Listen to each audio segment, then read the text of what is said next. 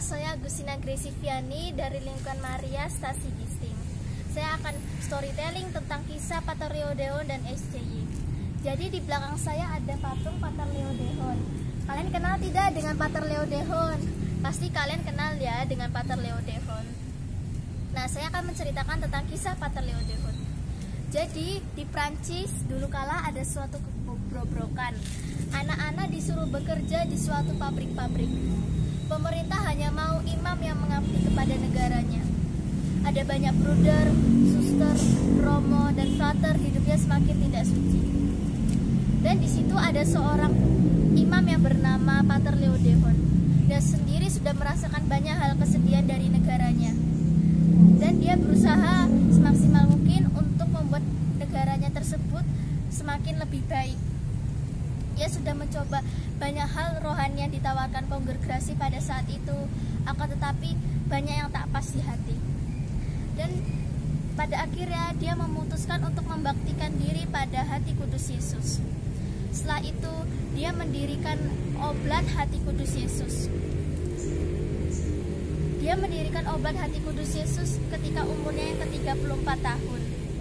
Setahun kemudian, setelah pesta Hati Kudus Yesus, dia mengucapkan kaulnya seorang diri. Pater Leo Deon tidak kenal lelah untuk mencari anggota barunya. Setelah 5 tahun berdirinya kongregasi tersebut, ia mulai menerima beberapa anggota baru. Dan di kesuksesannya itu, dia mendirikan kolase Yohanes dan Santo Clement. Dan setelah keberhasilannya itu, dia harus menerima pil pahit, yaitu Paus harus membubarkan kongregasi miliknya itu.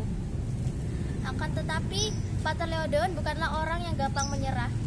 Ia dan anggotanya berusaha semaksimal mungkin supaya Paus dapat menerima kembali kongregasi miliknya itu.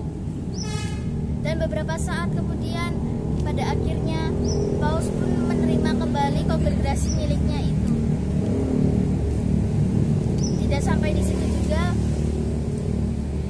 ia harus memulai dari awal lagi kongregasi miliknya itu. Dan kita kenal sampai sekarang, yaitu imam-imam Hati Kudus Yesus. Dan dari situ mulai muncul nama SCY yang kita kenal sampai sekarang. Pater Leo Deon sudah mengalami nasib yang buruk dan juga nasib yang baik. Ia pernah dihujat dan juga dia pernah difitnah. Dia juga pernah dikeluarkan dari negaranya, yaitu Prancis. Dan hal baiknya, ia menyuruh anggotanya untuk melakukan misi di seluruh dunia termasuk Indonesia.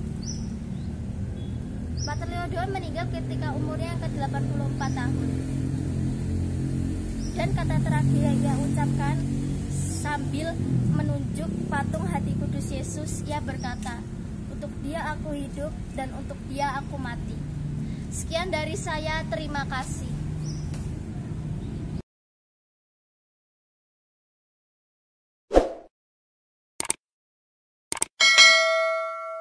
Ayo di subscribe, kami tunggu.